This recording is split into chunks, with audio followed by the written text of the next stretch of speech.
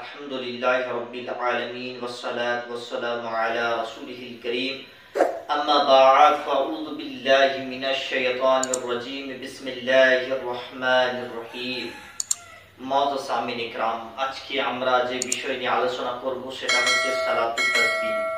সালাতুত তাসবিহ হলো একটা নামাজ, যে নামাজের মধ্যে 300 বার তাসবিহ পাঠ করতে হয়, তারই নাম হচ্ছে সালাতুত তাসবিহ। এই সালাতুত তাসবিহ এক ধরনের নামাজ। মক্কি মাদানী মুস্তাফা রাসূল আরবি সাল্লাল্লাহু তাআলা আলাইহি ওয়া আলিহি ওয়াসাল্লাম নিজের চাচা জান হযরত আব্বাস রাদিয়াল্লাহু তাআলা আনহু কে ইরশাদ করলেন, হে আমার চাচা জান, তুমি প্রত্যেকদিন সালাতুত তাসবিহ নামাজ পড়ো, তুমি প্রত্যেকদিন সালাতুত তাসবিহ নামাজ পড়ো। হে আমার চাচা জান, তুমি যদি প্রত্যেকদিন সালাতুত তাসবিহ নামাজ না পড়তে পারো, তুমি প্রত্যেক সপ্তাহে একবার করে সালাতুত তাসবিহ নামাজ পড়ো। তুমি যদি প্রত্যেক সপ্তাহে একবার করে সালাতুত তাসবিহ নামাজ না পড়তে পারো, তাহলে তুমি প্রত্যেক মাসে একবার করে পড়ো। তুমি যদি মাসে একবার না পড়ো, তুমি বছরে একবার পড়ো। তুমি যদি বছরে একবার না পড়তে পারো, তাহলে কমসে কম জীবনে একবারও সালাতুত তাসবিহ নামাজ পড়ো। এটা নবী করিম আলাইহিস সালাম নিজের চাচা হযরত আব্বাস রাদিয়াল্লাহু তাআলা আনহুকে তালিম দিয়েছিলেন এই নামাজটি পড়ার জন্য। এই নামাজটি বেপানা এর ফজিলত এবং বেপানা এটা বরকতময় একটা নামাজ। এই নামাজ পড়লে আল্লাহ তাবারক ওয়া তাআলা অনেক বরকতে থাকে নামাজে, এবং এই নামাজ পড়লে আল্লাহ তাবারক ওয়া তাআলা অনেক গুনাহ থেকে মাগফিরাত করে দেন। এই তার জন্য এই নামাজটি হলো সালাতুত তাসবিহ। সালাতুত তাসবিহ নামাজের নিয়ম। আসুন দেখে নিই, সালাতুত তাসবিহ নামাজ তো এত বড় একটা নামাজ, তাহলে এই নামাজের নিয়ম কি? আসুন দেখে নিই আমরা সালাতুত তাসবিহ নামাজের নিয়ম। সালাতুত তাসবিহ নামাজের নিয়ত করবেন, আমি 4 রাকাত সালাতুত তাসবিহ সুন্নাত নামাজে পড়ছি মুকামার কাবা শরীফে দিকে আল্লাহু আকবার। যদি ইমামের পেছনে পড়েন তাহলে বলবেন ইমামের পেছনে মুকামা কাবা শরীফে দিকে আল্লাহু আকবার, এরকম করে নিয়ত করবেন। যদি কেউ জুবানে নিয়ত না করতে পারে, অন্তরে নিয়তই কাফি, সেজন্য জুবান দিয়ে নিয়ত করলে উত্তম। নিয়ত করার পরে একটা তাসবিহ আছে, এই তাসবিহটা পুরো 4 রাকাতের মধ্যে আপনাকে 300 বার পড়তে হবে। 300 বার কিভাবে পড়বেন? প্রথমে নিয়ত করলেন, নিয়ত করার পরে হাত বাঁধবেন, আল্লাহু আকবার বলে হাত বেঁধে নিলেন। হাত বাঁধার পরে সানা পড়বেন, সুবহানাকা আল্লাহুম্মা বিহামদিকা ওয়া তাআলাকা ইসমুকা ওয়া তাআলা যাদ্দুকা ওয়া লা ইলাহা গায়রুক। এই সানাটি পড়ার পরে 15 বার পড়বেন এই তাসবিহটা, কে সুবহানাল্লাহি ওয়াল হামদুলিল্লাহি ওয়া লা ইলাহা ইল্লাল্লাহু আল্লাহু আকবার। এই তাসবিহটা 15 বার পড়বেন। 15 বার পড়ার পরে আপনি আউযু বিল্লাহি মিনাশ শাইতানির রাজিম বিসমিল্লাহির রহমানির রহিম বলার পরে সূরা ফাতিহা আলহামদুলিল্লাহি রাব্বিল আলামিন আর রহমানির রহিম মালিকিল মিদ্দিন এই সূরাটা পড়লেন, তারপর একটা সূরা লাগালেন। ওই সূরাটা শেষ হওয়ার পরে সূরা ফাতিহা পড়লেন, তারপর একটা সূরা লাগালেন। যখন ওই সূরাটা শেষ হবে, এবার আপনি রুকুতে যাবেন। রুকুতে যাওয়ার আগে 10 বার পড়বেন সুবহানাল্লাহি ওয়াল হামদুলিল্লাহি ওয়া লা ইলাহা ইল্লাল্লাহু আল্লাহু আকবার। এটা আপনি 10 বার পড়লেন। 10 বার পড়ার পরে আপনি রুকুতে গেলেন। পরিপূর্ণভাবে যখন আপনি রুকুতে চলে গেলেন, তখন রুকুতে যাওয়ার পরে বলবেন সুবহান রাব্বিয়াল আযীম, সুবহান রাব্বিয়াল আযীম 3 বার পড়বেন। 3 বার পড়ার পর আবার এই তাসবিহটা পাঠ করবেন, সুবহানাল্লাহি ওয়াল হামদুলিল্লাহি ওয়া লা ইলাহা ইল্লাল্লাহু আল্লাহু আকবার 10 বার।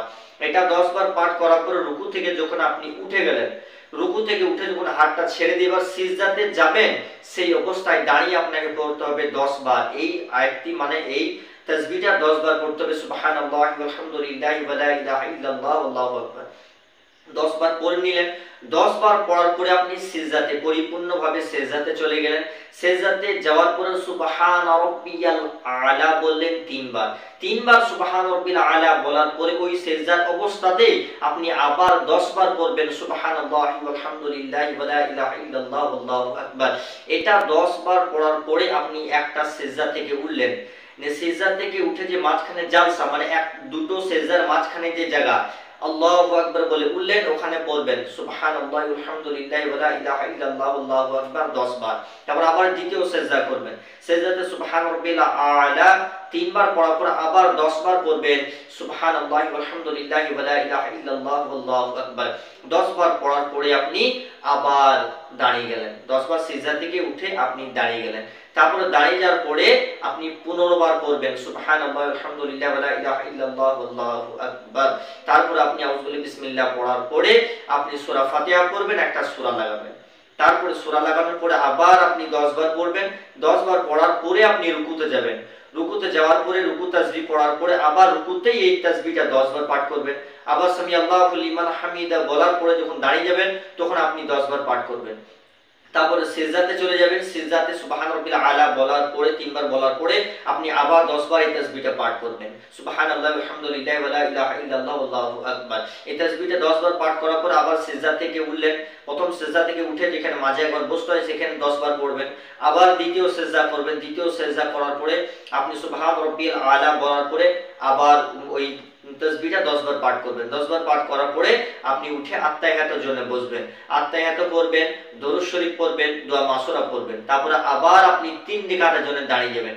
3 রাকাতে দাঁড়িয়ে সানা পড়বেন। সানা পড়ো সুবহানাকাল্লাহু ওয়া বিহামদিকা তাবারাকাসমুকা ওয়া তাআলা জাদ্দুকা ওয়া লা ইলাহা গায়রুক। সানা পড়ো। তৃতীয় রাকাতে দাঁড়িয়ে গিয়ে সানা পড়বেন। সানা পড়ার পরে আপনি 15 বার পড়বেন সুবহানাল্লাহি আলহামদুলিল্লাহি ওয়া লা ইলাহা ইল্লাল্লাহ আল্লাহু আকবার। 15 বার পড়ার পর আউযু বিল্লাহ তারপর বিসমিল্লাহ সূরা ফাতিহা একটা সূরা লাগাবেন। তারপরে আবার আপনি সূরা শেষ করার পরে রুকুতে যাওয়ার আগে আবার 10 বার পাঠ করবেন।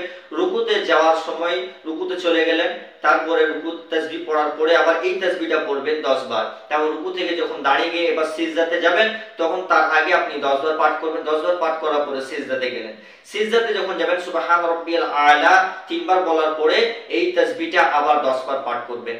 তারপর প্রথম সিজদা দিলেন, 10 বার পাঠ করলেন। আবার সিজদা থেকে উঠলেন, মাঝখানে যে জায়গাতে বসে জালসা সেই জায়গাতে আপনি 10 বার পাঠ করবেন। তারপর আবার দ্বিতীয় সিজদা করলেন, সেই সিজদাতে আবার সুবহান রাব্বিল আলা 3 বার পড়ার পরে আবার আপনি কি ওই তাসবিহটা 10 বার পড়লেন। তারপর আবার ডাইরেক্ট উঠে গেলেন। দ্বিতীয় সিজদা করার পরে আপনি আবার 4 রাকাতের জন্য দাঁড়িয়ে গেলেন। 4 রাকাতের পরে আপনি আবার 15 বার পড়বেন। 15 বার পড়ার পরে আউযু বিল্লাহি মিনাশ শাইতানির রাজিম বিসমিল্লাহির রহমানির রহিম পড়ার পরে একটা সূরা ফাতিহা তারপর একটা সূরা, মানে প্রথমে দাঁড়িয়ে প্রথমে 15 বার পড়বেন। তারপরে আবার সূরা ফাতিহা একটা সূরা লাগাবেন। তারপরে আপনি 10 বার পড়বেন। 10 বার পড়ার পরে রুকুতে যাবেন। রুকু তাসবিহ পড়ার পরে আবার 10 বার এই তাসবিহটা পড়বেন। রুকু থেকে উঠে 10 বার পড়বেন। আবার সিজদাতে যাবেন। সিজদাতে সুবহান রাব্বিল আলা বলার পরে 10 বার। সিজদা থেকে মাঝখানে উঠে 10 বার। আবার সিজদা করবেন। সিজদাতে 10 বার। এরকম করে সিজদাতে যখন 10 বার পড়ে দিবেন তখন আপনি এবার 4 রাকাতের জন্য আত্তাহিয়াত পড়বেন। উঠে বসে গেলেন। বসে যাওয়ার পরে আত্তাহিয়াত পড়বেন। তারপর দরুদ শরীফ পড়বেন, দোয়া মাসুরা পড়বেন, সালাম ফিরে দিবেন। তারপরে আপনার সালাতু তাসবিহ নামাজ মুকাম্মাল। এই রকম নিয়তে আপনি সালাতু তাসবিহ নামাজ আদা করবেন। ইনশাআল্লাহ আল্লাহ তাবারক ওয়া তাআলা আপনার সালাতু তাসবিহ নামাজকে কবুল করবে। এই হলো সালাতু তাসবিহ নামাজ পড়ার নিয়ম। এবার সালাতু তাসবিহ নামাজের ব্যাপারে 7টি সওয়াল জবাব। আমাকে 7টি সওয়াল করা হয়েছিল। যে প্রথম সওয়াল হচ্ছে যে যদি কোনো ব্যক্তি সালাতু তাসবিহ নামাজ না পড়ে তাহলে কি হবে? জি, যদি কোনো ব্যক্তি সালাতু তাসবিহ নামাজ না পড়ে তাতে কোনো গুনাহ নেই, কিন্তু সালাতু তাসবিহ যদি পড়ে অনেক অনেক নেকি এবং অনেক বরকত এবং অনেক নিয়ামত, এইসব নিয়ামত এবং এইসব সওয়াব সে পাবে না। যদি পড়ে সওয়াব পাবে, আর যদি না পড়ে কোনো সওয়াব পাবে না এবং কি তার গুনাহ হবে না। তারপরে দ্বিতীয় সওয়াল করেছে সালাতু তাসবিহ কখন পড়া উচিত? দেখুন, সালাতু তাসবিহ জোহরের আগে পড়া উচিত। যখন মাগরিব জোয়ালের সময় শেষ হয়ে গেছে, জোহরের আগে আপনি জোহরের নামাজ পড়ার আগে সালাতু তাসবিহ নামাজ পড়ে নিলেন। আর যদি কোনো ব্যক্তি মধ্যরাত্রি বেলায় সালাতু তাসবিহ পড়ে কোনো অসুবিধা নাই, মাগরিব সময় বাদ দিয়ে সমস্ত সময়ে সালাতু তাসবিহ পড়া যেতে পারে, কিন্তু উত্তম হলো জোহরের আগে সালাতু তাসবিহ নামাজ পড়া। তারপরে সওয়াল করেছে যে সালাতু তাসবিহ জামাতে পড়া যাবে কিনা? জি হ্যাঁ, সালাতু তাসবিহ জামাতেও পড়া যাবে, গায়র জামাতে। আপনি যদি জামাতে সালাতু তাসবিহ পড়েন উত্তম, আর যদি সালাতু তাসবিহ জামাতে না পড়েন তাও উত্তম, কিন্তু জামাতে না পড়াটাই উত্তম। একা পড়লে বেশি সওয়াব, জামাতে পড়লেও সওয়াব, কিন্তু জামাতে পড়া যাবে। তারপরে 4 নম্বর সওয়াল হচ্ছে সালাতু তাসবিহ বাড়িতে পড়া বেশি সওয়াব না মসজিদে পড়া বেশি সওয়াব? জি, মেয়েদের জন্য বাড়িতে পড়া বেশি সওয়াব, ছেলেদের জন্য মসজিদে পড়া বেশি সওয়াব। তারপরে 5 নম্বর প্রশ্ন করেছেন সালাতু তাসবিহ যে আমরা পড়ব এই তাসবিহ গুলোকে কিভাবে মনে রাখবো?